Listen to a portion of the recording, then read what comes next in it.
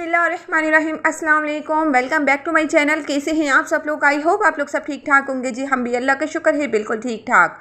तो जी आज के टिप्स और आज की वीडियो में आपको बहुत सारी टिप्स एंड ट्रिक्स देखने को मिलेगी। भरी पड़ी है आज की वीडियो भी टिप्स एंड ट्रिक्स के साथ। तो जी चलिए चलते हैं अपनी फर्स्ट टिप्स की तरफ। यहाँ पे मैं जब भी दाल बनाती हूँ तो भगार लगाती हूँ ना, तो दाल के अंदर इसके अंदर जो है ना भगार के टाइम में थोड़ी सी हल्दी ऐड कर देती हूँ। इससे क्या होता है कि दाल का जो कलर जो होता है ना निखर जाता है। तो यहाँ पे जो है ना खाने का आइटम होते हैं ना, उसमें जो शक्ल होती है ना हमारे खाने की बहुत ज़्यादा मैटर करती है। अगर शक्ल अच्छी ना हो ना तो दिल भी नहीं करता है खाने को। और अगर लुक वाइज अच्छा हो खाने का, यानी कि खाने की सर्विंग अच्छी हो ना, तो अच्छा भी लगता है, दिल भी करता है कि इसको हम बार बार खाएं। तो यहाँ पे इसी तरह की टिप्स एंड ट्रिक्स मैं आप लोग के साथ शेयर करती रहती हूँ। सोचा मैं दाल में बघार दे रही थी, ये भी एक बहुत मज़े की टिप्स है, तो सोचा मैं आप लोग के साथ शेयर कर देती हूँ। तो यहाँ पे आप लोग देख सकते हैं दाल का कलर कितना अच्छा हो गया है, और हल्दी डालने से ना दाल का कलर जो है ना निखर जाता है। तो आ जाते हैं जी अपनी सेकंड टिप्स की तरफ। अक्सर होता क्या है कि हमारे घरों में जो खीरा होता है, हम आइस क्यूब मतलब ये है कि डार्क सर्कल्स की वजह से हम रात को जो है ना खीरे का थोड़ा बहुत पीस कटिंग करते हैं और उसको हम जितना निकालना हो निकाल लेते हैं, बाकी उसको हम ऐसी की ऐसी फ्रिज में छोड़ देते हैं। तो ऐसा करने से होता क्या है कि खीरा जो है ना मुरझा जाता है, शक्ल इसकी अजीब हो जाती है और इतना अच्छा वर्क नहीं करता है वो सेकंड है। तो आज मैं आपको सेव करने का तरीका बताऊंगी। जितना भी आपको खीरा चाहिए वो आप इतना निकाल लीजिए, और इसका सबसे ऊपर वाला पार्ट है आपको उसको संभाल के रखना है।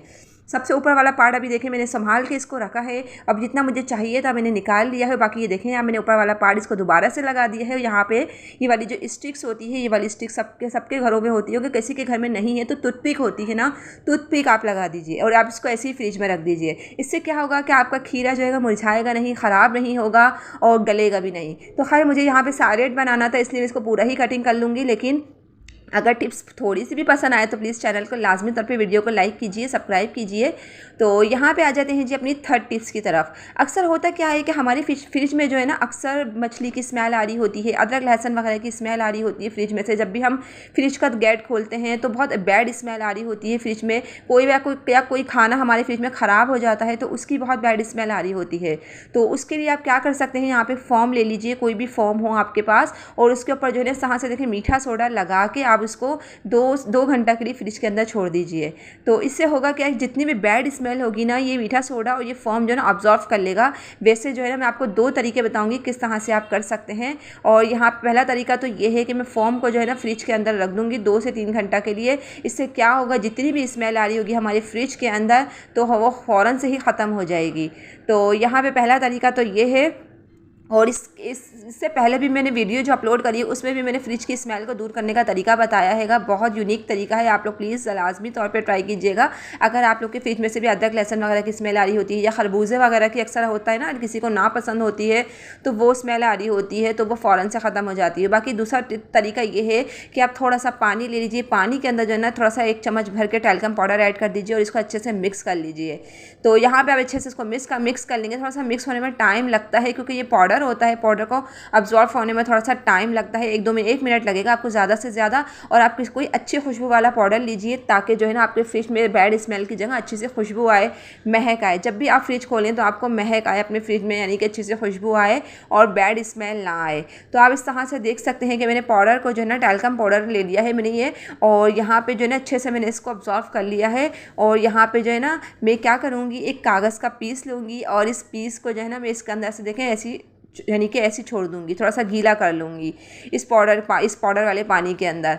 अब ये गीला हो जाएगा ना तो अब मैं हल्का सा इसको निचोड़ूंगी इस तरह से और इसको मैं फ्रिज में रख दूंगी। आप ये 2-3 कागज़ के साथ भी कर सकते हैं। तो मैंने सिर्फ आपको बताना था, एक अच्छा आइडिया देना था। अगर ये वाला टिप्स नहीं करना है तो आप सेकंड टिप्स आजमा लीजिए। यहाँ पे आप लोग देख सकते हैं सैलेड वगैरह हमारे फ्रिज में अक्सर कटा हुआ रखा होता है, सैलेड की भी स्मेल आ रही होती है।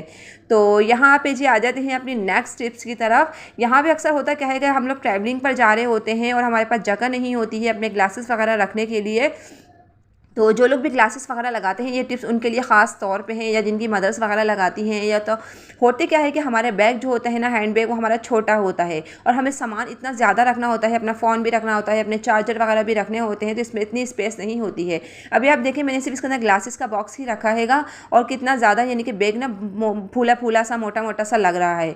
तो हम लोग क्या करेंगे कि हमारे बैग में जगह भी अच्छी खासी हो जाए, हमें बहुत अच्छा स्पेस भी मिल जाए, हमारा फ़ोन वगैरह भी अच्छे से आ जाए और हमारा चार्जर वगैरह एक्स्ट्रा सामान जो भी हमारे बैग में ईजीली आ जाए। तो हम लोग क्या करेंगे, कोई भी आप सॉक्स ले लीजिए, कोई भी आपका पास सॉक्स हो, पुराना हो या न्यू हो।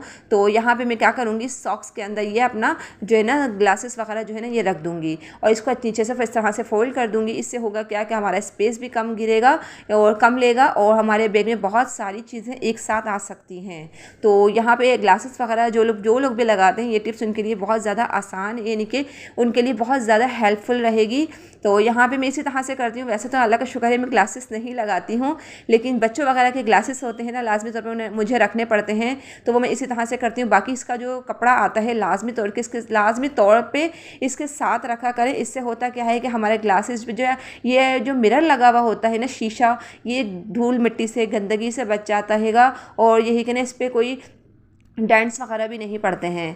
तो टिप्स पसंद आए तो प्लीज़ मुझे लाजमी तौर पे जो है ना आप लोग सब्सक्राइब कीजिए और कमेंट्स करके बताइए, ज़रूर बताएं कि आप लोग मुझे किस किस सिटी से देख रहे हैं। अच्छा, होता क्या है कि हम लोग घर का सारा दिन काम करते हैं ना, थक जाते हैं, इतनी ज़्यादा थकन हो जाती है कि हमें अपने लिए तो टाइम निकाल ही नहीं पाते हैं।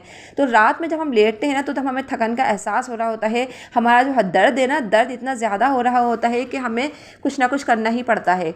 तो यहाँ पर मैं क्या करूँगी, मेरे हाथ में बहुत दर्द था तो मैंने बाम लगाई। बाम लगाने के बाद अब मेरे पास कोई पट्टी नहीं थी, जो गर्म पट्टी होती है तो वो नहीं थी। आप कोई भी बाम ले लीजिए, दर्द की बाम अलग आती है, आपको आइडेक्स लगाना है वो भी आप ले सकते हैं। मैंने यहाँ पे देखें 3 तरह की बाम रखी हुई है, जो भी आपको लगाना है आप लगाएं। और उसके बाद जो है ना किस तरह से आप अपने हैंड्स को कवर कर सकते हैं। बाम लगाने के बाद आप लाजमी तौर पर कवर किया करें, हवा ना लगने दिया करें, क्योंकि इसके बहुत बुरे असरात होते हैं अगर हम ऐसे ही छोड़ देते हैं तो। और ये बाम वगैरह का काम अक्सर आप रात में करें, जब करें आप, जब आप लेट रहे हो बिस्तर पर सोने की तैयारी में हो। तो यहाँ पर ये बहुत अच्छी टिप्स है। तो यहाँ पर आप लोग देख सकते हैं ये फॉइल पेपर का पीस मेरे पास रखा हुआ था, 1-2 बार मैं इसको यूज़ कर चुकी हूँ, तो इसलिए थोड़ा सा आपको ये ऐसा लग रहा है। तो आप लोग यहाँ पे देख सकते हैं कि ये फॉइल पेपर जो है ना बहुत अच्छा जो है ना हीटिंग का काम करता है, यानी कि बहुत अच्छी हीट देता है। तो यहाँ पे आप लोग देख सकते हैं डिफरेंट जगहों पे हम इसका यूज़ करते हैं। तो ये मैंने इस तरह से ना फॉइल पेपर को अपने हैंड्स पे अच्छे से जो है ना फोल्ड कर लिया है। आप लोग देख सकते हैं बहुत आसानी के साथ ये फोल्डिंग हो जाता है और किसी किस्म की हमें मुश्किल नहीं होती है, परेशानी नहीं होती। लेकिन मेरा जो फॉइल पेपर है ना 2-3 बार यूज़ हो चुका है, तो इससे आपको ऐसा कुछ नज़र आ रहा है। अगर आप चाहें तो न्यू भी ले सकते हैं। पेपर थोड़ा स्क्वायर पीस में आप कटिंग कर लीजिए, इस तरह से अपने हाथ में बांध दीजिए। तो इससे होगा क्या कि जो भी दर्द होगा, जो भी तकलीफ़ होगी ना, ये वही पट्टी वाला काम करेगा जो गर्म पट्टी हम अपने हाथों पे लगाते हैं ना। तो गर्म पट्टी लगाने से उलझन बहुत होती है, जबकि ये फॉइल पेपर जो होता है ये बिल्कुल भी जो है ना इरिटेट नहीं करता है, बिल्कुल भी उलझन का एहसास नहीं होने देता है। तो इसी तरह का फॉइल पेपर से आप जो है ना जिस्म के किसी भी हिस्से में आपके पेन हो रहा हो, पैर में हो या फिंगर्स वगैरह में हो या हैंड्स वगैरह में हो, अक्सर हम कपड़े धोते हैं हम ख़वातीन, तो रात में अक्सर हमारे दर्द हो जाता है। तो आप ये वाली टिप्स लाजमी ट्राई कीजिए। और यहाँ पे आ जाते हैं जी अपनी नेक्स्ट टिप्स की तरफ। यहाँ पे अक्सर होता क्या है, किचन में हम जब भी काम करते हैं तो माचिस की तीली ऐसे ही जलाते हैं और ऐसे ही फेंक देते हैं, उसको समेटने का टाइम ही नहीं मिलता है, या कोई ऐसा ऑर्गेनाइज़र हमारे पास होता नहीं है कि हम उसके अंदर माचिस की तीलियाँ वगैरह डाल सकें। तो यहाँ पे मैं आपको एक मज़ेदार सी टिप्स दूँगी, तो जिससे आपका किचन भी गंदा नहीं होगा और आपकी तीलियाँ जो है ना किचन से बहुत ज़्यादा फैली यानी कि किचन के अंदर जो है ना ये तीलियाँ जो होती हैं ना बहुत ज़्यादा फैली लगती हैं, तो ये फैली भी नहीं रहेंगी। इस तरह से आपका किचन भी ऑर्गेनाइज रहेगा। तो यहाँ पे जो है ना मैंने क्या किया है, एक बॉक्स खाली ले लिया है जो मेरे पास खाली हो गई थी माचिस हैं, और दूसरा बॉक्स जो है ना आप लोग देख सकते हैं यहाँ पे ट्रे के अंदर अक्सर हमारी माचिस की तीलियाँ पड़ी होती है, जिससे हमारी ट्रे भी बहुत ज़्यादा गंदी लगती है, मैसी लगती है, बुरी लगती है। तो यहाँ पर मैं ले लूँगी थोड़ा सा हार्ड ग्लू ले लूँगी, आप कोई भी ग्लू ले सकते हैं या फिर आप जो है ना टेप की मदद से भी ये काम कर सकते हैं। तो यहाँ पर आप लोग देख सकते हैं मैंने हल्का सा ग्लू लगाया है इस वाले पर, और इसको मैं दोनों बॉक्सेस को जो है मैच बॉक्स को इस तरह से देखें आपस में जो है ना चिपका दूंगी।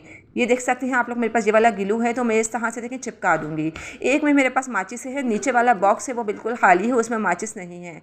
तो आप लोग इस तरह से कर सकते हैं। इस तरह से जो है आप, दूसरा तरीका ये है कि आप 1 इंच का टेप का पीस कटिंग कर लीजिए और जो है ना आप टेप की मदद से भी ये 2 फोल्ड कर दीजिए टेप को, और इस तरह से देखें टेप मैंने लगा दिया है डबल करके। आप डबल टेप भी ले सकते हैं, शैलो टेप भी ले सकते हैं, कोई भी टेप आप ले सकते हैं। इस तरह से मैंने हल्का सा इसको दबाया है तो ये अच्छे से जो है ना चिपक गया है और ये निकल भी नहीं रहा है, आप लोग देख सकते हैं। तो मैं क्या करूँगी, अब माचिस यहाँ से जलाऊँगी और अपना यानी कि चूल्हा वगैरह जलाने के बाद जो है ना, तो मैं नीचे वाले बॉक्स में इसको डाल दूँगी। इस तरह से क्या होगा कि हमारा किचन भी ऑर्गेनाइज रहेगा और हमें किसी भी किस्म की गंदगी भी फील नहीं होगी। और किचन जो है ना सबसे ज़्यादा इंपॉर्टेंट पार्ट्स होता है, तो यहाँ पे जो है ना मतलब नज़र जो पड़ती है ना पहले हमारी किचन पर ही पड़ती है। तो बस यहाँ पे इस तरह के टिप्स एंड ट्रिक्स लेटेस्ट मैं आप लोग के साथ शेयर करती रहती हूँ। और आ जाते हैं जो अपने नेक्स्ट टिप्स की तरफ। अक्सर सुई में धागा डालने की बड़ी ही प्रॉब्लम्स होती है, जिसकी आई साइड वीक होती है उनको तो बहुत ही मुश्किलात होती है, वो बेचारे कपड़े तक नहीं सी पाते हैं सुई में धागा डालने की वजह से ही, क्योंकि एक तरह की ये मोहताजगी होती है। बस अल्लाह ताला से दुआ है कि किसी को मैं किसी का मोहताज ना करे। तो मैं यहाँ पे आपको एक बहुत ही मज़ेदार सी टिप्स दूंगी। यहाँ पे आप एक चौकोर सा पीस ले लीजिए, यानी कि इसका कागज़ का कोई भी पीस ले लीजिए। यहाँ पे मैं क्या करूँगी, इसकी नोक में जो है ना, ये देख सकते हैं आप लोग, इसकी नोक में मैं धागा इस तरह से रखूँगी और इसको मैं फोल्ड कर दूँगी। सिर्फ नोक और धागे, कागज़ की नोक को और धागे को हमें मिलाना है। और इस बस आप ये ख्याल रखें कि धागा आपको मजबूती के साथ पकड़ना है और धागे को नहीं छोड़ना है आपने। और आप कोई भी बारीक से बारीक सुई भी ले लें, 1 मिनट के अंदर धागा आपका डलेगा और आपको बार बार मुश्किल भी नहीं होगी। जितनी बार आप धागा डालेंगे बहुत आसानी के साथ डलेगा।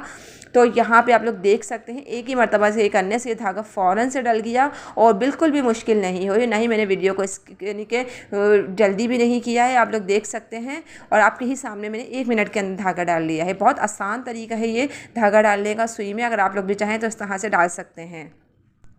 तो बाकी जो धागा है मैं इसको फोल्ड करके रख दूँगी। बाकी सुई जो है ना आप लोग देख सकते हैं मैं इसी धागे के अंदर फोल्ड करके रखती हूँ, ताकि जब भी मुझे सुई का कोई काम हो तो मुझे इसी धागे के अंदर से मिल जाए। या फिर आप सुई का एक बॉक्स बना लीजिए, उसके अंदर भी हम लोग रख सकते हैं। बाकी जो है ना कभी वैसे तो मैं इस धागे के अंदर ही फोल्ड करके इस तरह से आप लोग देख सकते हैं मैं रखती हूँ, क्योंकि सुई जो है ना हमें हमारी जगह पर मिल जाती है और हमें पता होता है कि हमने सुई को कहाँ रखा है। अक्सर सुइयाँ गुम बड़ी जल्दी हो जाती हैं, इसलिए तो बस यहाँ पे आज की वीडियो मेरी यहीं तक थी आई टिप्स एंड ट्रिक्स के साथ। तो आई होप आपको ज़रूर पसंद आई होगी। पसंद आ जाए तो प्लीज़ चैनल को लाजमी तौर पर सब्सक्राइब कीजिएगा, वीडियो को लाइक कीजिएगा। मिलती हूँ बहुत जल्द एक न्यू वीडियो के साथ। सो जब तक के लिए जी थैंक यू फॉर वॉचिंग। और आप लोग मुझे इंस्टा पे भी फॉलो कर सकते हैं, उसका लिंक मैं डिस्क्रिप्शन बॉक्स में दे दूँगी। मेरे सेकंड चैनल पर भी लाजमी फॉलो करें, उसका लिंक भी डिस्क्रिप्शन बॉक्स में। अल्लाह हाफ़िज़।